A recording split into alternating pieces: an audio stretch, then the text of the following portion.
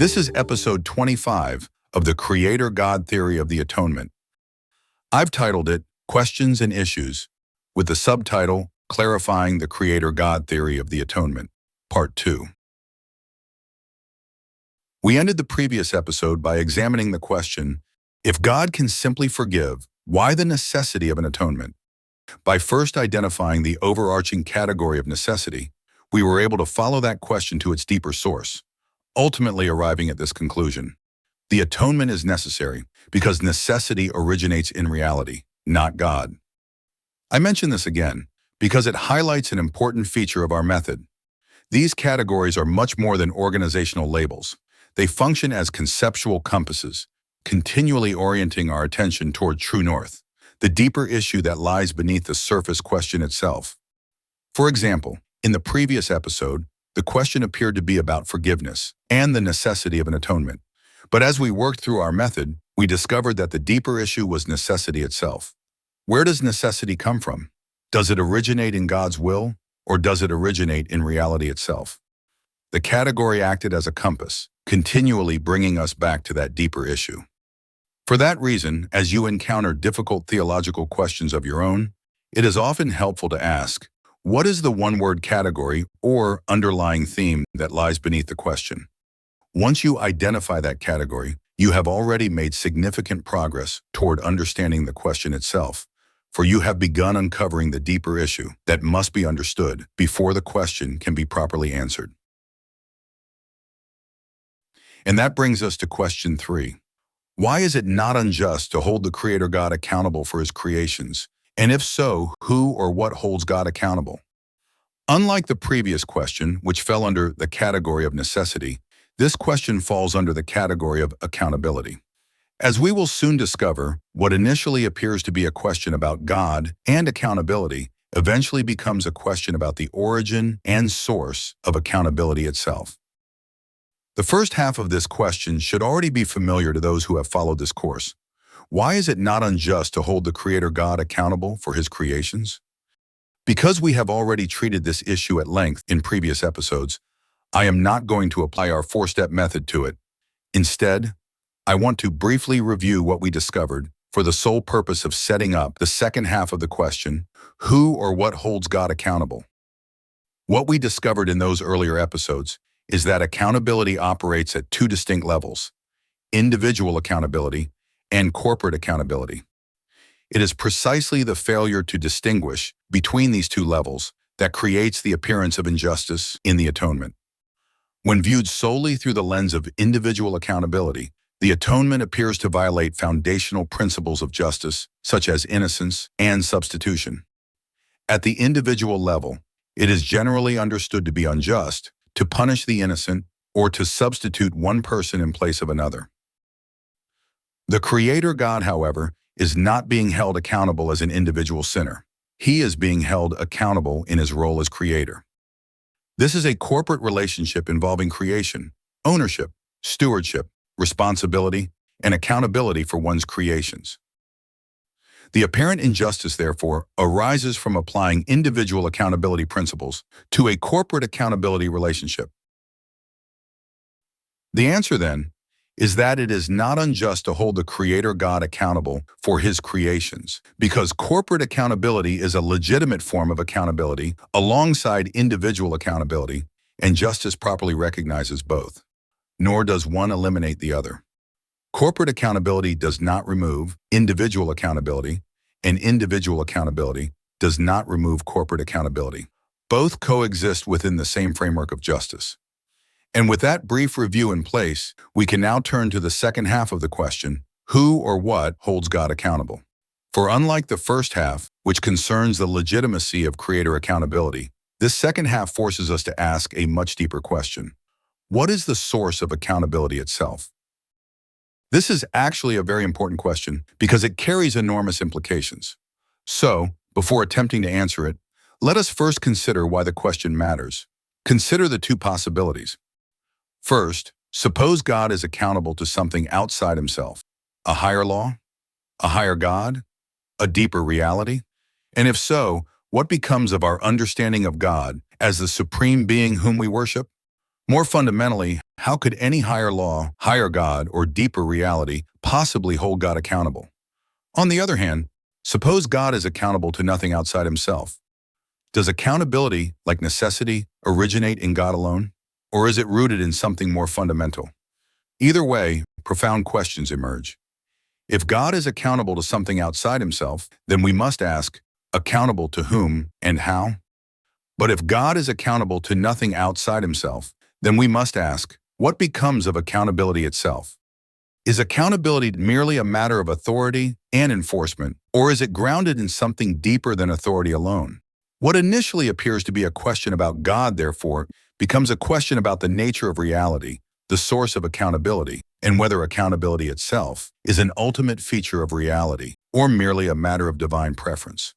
For that reason, this is not a minor theological question. It strikes at the very foundations of our understanding of God, reality, and, like necessity before it, accountability itself. Having considered why this question matters, we can now move to the second part of our method, hidden assumptions. As we discovered in the previous episode, questions rarely arise in isolation. Beneath almost every question lie assumptions, some obvious and some hidden. And very often, those assumptions reveal more about the real issue than the question itself. So let us ask, what assumptions are embedded within the question, who or what holds God accountable? We will begin with the surface-level assumptions that most of us are likely bringing to the question, and then work our way deeper to the hidden assumptions. At the surface level, most of us naturally think of accountability in terms of authoritative relationships. Throughout life, accountability normally works this way. Children are accountable to parents. Students are accountable to teachers. Employees are accountable to employers. Citizens are accountable to governments. In each case, accountability appears to flow from a higher authority to a lower authority. This naturally leads to a problem when applied to God. If God is the highest being in existence, then who could possibly stand above him? Who has the authority to hold him accountable? And this is what makes the question seem so difficult in the first place, for these surface-level assumptions appear both reasonable and persuasive. Consider the following line of reasoning. Accountability requires authority. Accountability is hierarchical. Higher authorities hold lower authorities accountable. No one is higher than God. Who then could possibly hold God accountable? But beneath these surface-level assumptions lies an even deeper assumption. Most people do not think of accountability merely as being responsible for their actions. Instead, they assume that genuine accountability requires an authority capable of enforcing consequences. Without the power to enforce consequences, many would argue that there is no meaningful accountability at all. This hidden assumption is important because once accountability is understood in those terms, the question becomes much more difficult when applied to God. If accountability requires an authority capable of enforcement, then who has authority over God? Who can enforce consequences upon God? Who can compel God to do anything? Once the question is framed in this way, the search for a higher authority becomes almost unavoidable. This is why many people instinctively begin looking for a higher law, a higher God, a deeper reality, something capable of exercising authority over God himself. To see how we arrived at this conclusion, let us summarize the reasoning in sequence under the heading, the hidden assumption. We begin with the question itself, who or what holds God accountable? From there, the reasoning proceeds as follows. First, accountability is assumed to require authority. Second, if accountability requires authority, then authority must be capable of enforcement. Third, if authority cannot enforce consequences, then many would argue there is no meaningful accountability at all. And if these assumptions are correct, then we arrive at the hidden assumption, driving the entire question. Genuine accountability requires an authority capable of enforcing consequences. Notice what has happened. What initially appeared to be a question about God has now become a question about the nature of accountability itself. The question is no longer merely, who or what holds God accountable? The deeper issue is whether genuine accountability necessarily requires an authority capable of enforcing consequences. And it is this hidden assumption that we must now examine for the answer to our question, who or what holds God accountable?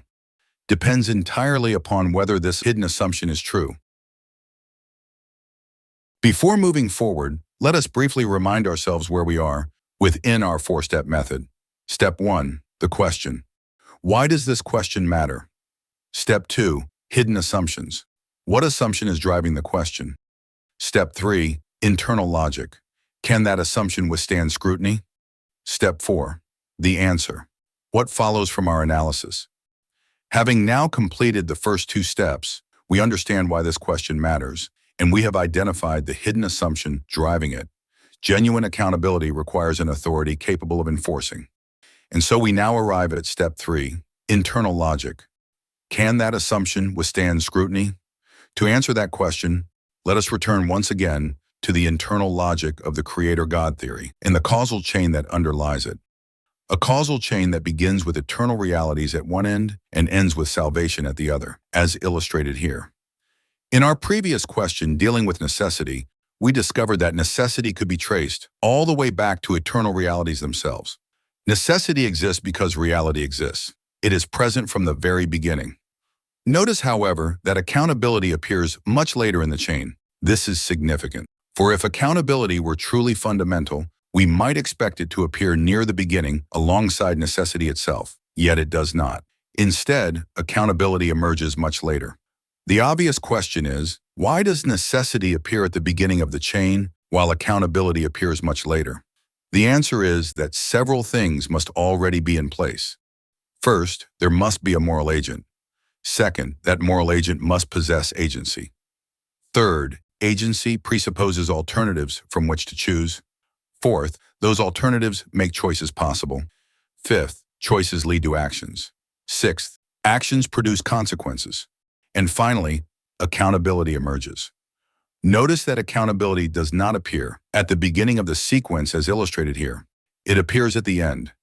Only after a moral agent exercises agency, makes choices between alternatives, performs actions, and experiences consequences, does accountability emerge. But this raises an important question. Why exactly does accountability emerge from this sequence? To answer that question, let us examine what we might call the emergence of accountability by looking at three simple examples that illustrate the progression from outcomes to consequences and finally to accountability. First, consider a boulder falling off the side of a mountain. Notice the sequence. The boulder possesses an identity. It is a physical object with a particular nature and set of properties. Next comes causality.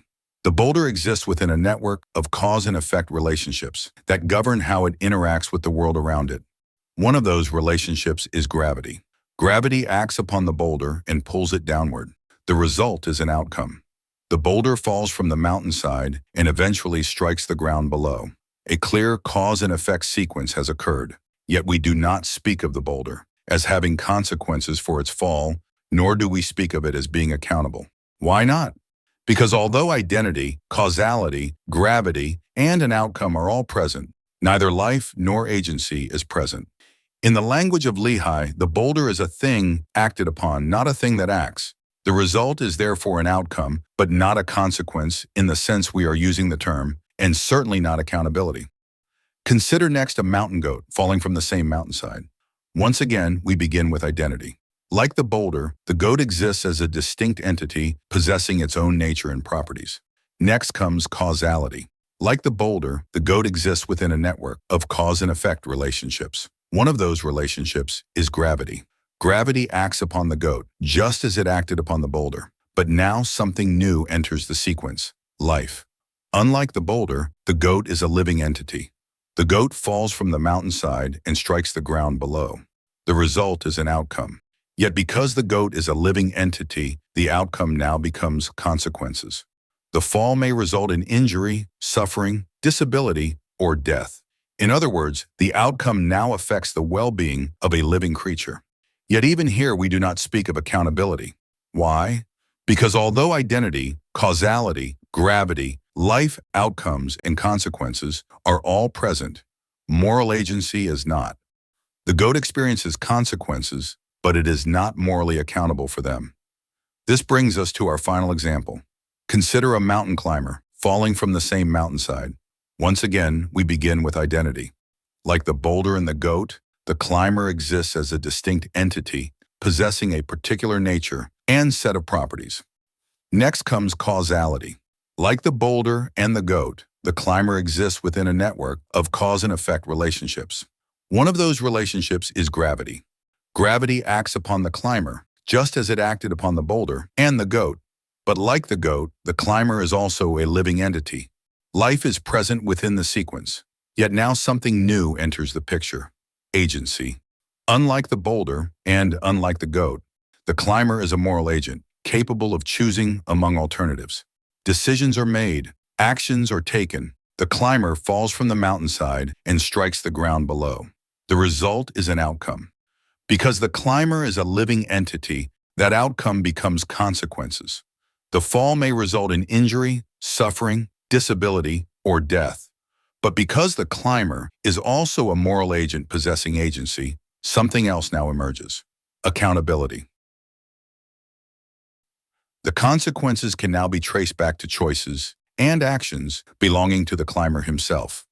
The climber therefore bears ownership, responsibility, and accountability for choices that contributed to those consequences. This distinction is significant. The boulder illustrates outcomes. The goat illustrates consequences. The climber illustrates accountability. And notice carefully what has happened.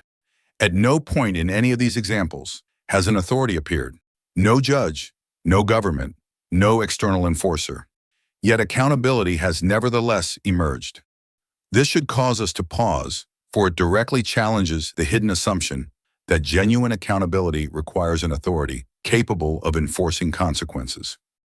In the case of the mountain climber, accountability emerged without any judge, government, or external enforcer ever appearing within the sequence.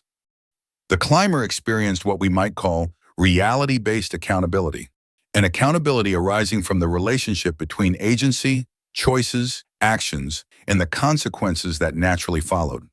This is fundamentally different from authority-based accountability, where consequences are imposed by an external authority possessing the power to enforce them. To better understand this distinction, consider the following two statements.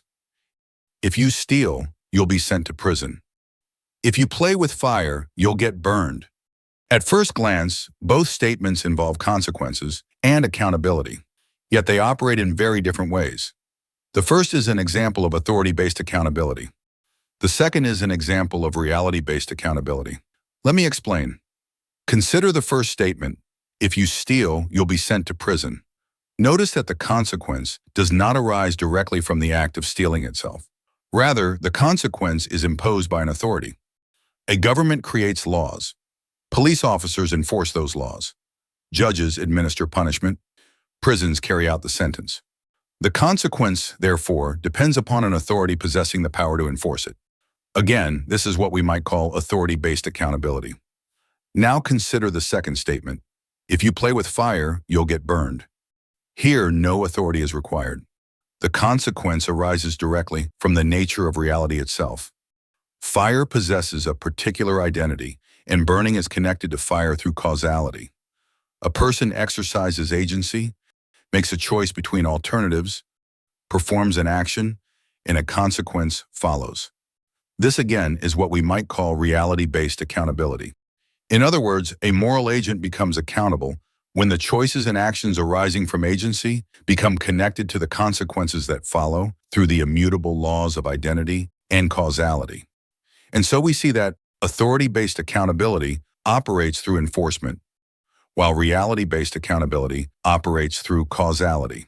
This distinction is crucial. One imposes consequences, the other produces consequences. Yet both connect consequences to the choices and actions of a moral agent. And it is that connection between agency, choices, actions, and consequences that gives rise to accountability. Notice that this reality-based accountability operates regardless of age. In fact, the image before us depicts a young boy who has not yet reached what Latter-day Saints commonly refer to as the age of accountability. Yet if he chooses to play with fire, the consequences still follow. Reality does not wait until a child turns 8 years old before connecting choices to consequences. Fire burns regardless of age, which is why we warn children not to play with fire, or they'll get burned. Nor do the laws of identity and causality pause and wait for greater maturity, legal standing, or accountability before God. This illustrates an important principle. Reality-based accountability operates independently of authority-based accountability, because reality does not wait for authority before connecting choices to consequences. It simply continues to operate according to what things are and the causal relationships that exist between them. Thus, while a child may escape parental authority and enforcement, he cannot escape reality itself or the consequences it attaches to his choices and actions. This brings us to an important observation. The hidden assumption we identified earlier assumes that genuine accountability originates with authority and the enforcement of consequences. In other words, it assumes an authority-based accountability, one in which consequences are imposed by an external authority possessing the power to enforce them. Yet the causal chain operating within the ontological and moral framework established by eternal realities and relations suggests something different. It suggests that a reality-based accountability emerges, an accountability arising from the relationship between agency, choices, actions, and the consequences that naturally follow from either aligning or misaligning with these eternal realities and relations. Such accountability is not created by authority, nor does it depend upon the enforcement of consequences.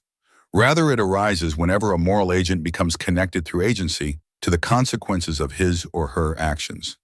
And because these eternal realities and relations precede every moral agent in the causal chain, including God himself, this reality-based accountability applies to God no less than it applies to man. Having now worked through the first three steps of our method, the answer to the question, who or what holds God accountable, emerges naturally from the analysis itself. As we arrive at step 4 of our 4-step method, the answer. Step 1 was the question, which asked, why does this question matter? The question, who or what holds God accountable, mattered because it forced us to ask whether God is accountable to some higher authority outside himself, or whether accountability is ultimately grounded in something deeper. Step 2 was the hidden assumption, which asked, what assumption is driving the question? The hidden assumption consisted in assuming that genuine accountability requires an authority capable of enforcing consequences. Step 3 was internal logic, which asked, can that assumption withstand scrutiny? No. This assumption cannot withstand scrutiny because a deeper reality-based accountability emerges whenever agency becomes connected to the consequences that follow from alignment or misalignment with eternal realities and relations. This brings us to step 4, the answer, which asks, what follows from our analysis? Because God is the highest authority, his accountability cannot ultimately be authority-based, it must be reality-based. Thus, God is not accountable to a higher authority, but to the eternal realities and relations within which he operates. In short, God's accountability is not authority-based, it is reality-based. The answer, then, has been established. Let us now consider how that answer is confirmed by Scripture. This distinction between reality-based and authority-based accountability helps us better understand Alma's remarkable statement. Now the work of justice could not be destroyed. If so, God would cease to be God. Alma does not appear to be describing a higher authority standing above God and enforcing justice upon him. Rather, he appears to be acknowledging the same eternal realities and relations within which God himself operates. Indeed, Alma later repeats this same reality-based order of things. What do ye suppose that mercy can rob justice? I say unto you, nay, not one whit. If so, God would cease to be God. Justice, accountability, and responsibility are therefore not arbitrary inventions of authority. They are embedded within the ontological and moral framework of reality itself. We find this same principle reflected in what is commonly called the law of the harvest. Whatsoever a man soweth, that shall he also reap. Notice that the harvest follows the natural sequence of sowing and reaping, not because an authority imposes it, but because reality itself upholds the causal relationship between sowing and reaping. In this sense, you reap what you sow is no different in principle than saying, if you play with fire, you'll get burned. Both describe a reality-based accountability in which the actions of moral agents become connected to consequences through the eternal realities and relations that constitute the ontological and moral framework within which all moral agents, including God Himself, operate. This also allows us to better understand one of the foundational claims of the Creator God theory of the Atonement, namely that it is not unjust to hold the Creator God accountable for His creations. Throughout this series, that accountability has often been misunderstood as though we were speaking of an authority-based accountability in which some higher authority stands above God and holds Him accountable. But that is not the claim. While we have not previously articulated it in these terms, the claim has always implied a reality-based accountability rather than an authority-based accountability. And because these eternal realities and relations apply to God no less than they apply to man, the answer to our question becomes clear. God is not held accountable by a higher authority. God is held accountable by the same eternal realities and relations that make accountability, justice, and responsibility possible in the first place. We have now reached the end of our third Questions and Issues episode. In the first of these Questions and Issues episodes, we examined the question of concern and asked why there is so much concern over the atonement in the first place. In Question 2, under the category of necessity, we examined the question, why an atonement if God can simply forgive us? And discovered that necessity is not grounded in God, but in the eternal realities and relations that constitute reality itself. In Question 3, under the category of accountability, we examined the question, who or what holds God accountable? And discovered that accountability likewise is not ultimately grounded in authority, but in the same eternal realities and relations through which moral agents become connected to the consequences of their choices and actions. In doing so, we have not only addressed the question of why there is concern over revisiting our understanding of the atonement, but have also clarified two foundational elements of the ontological and moral framework upon which the Creator God theory of the atonement rests: necessity and accountability. After some consideration, I have decided to carry the remaining questions and issues forward into Part 3 of this course, the outcome, where they naturally belong. For most of these questions ultimately concern not the problem or the solution, but the implications and outcomes that follow from them. And it is those outcomes that we will begin exploring in the next episode.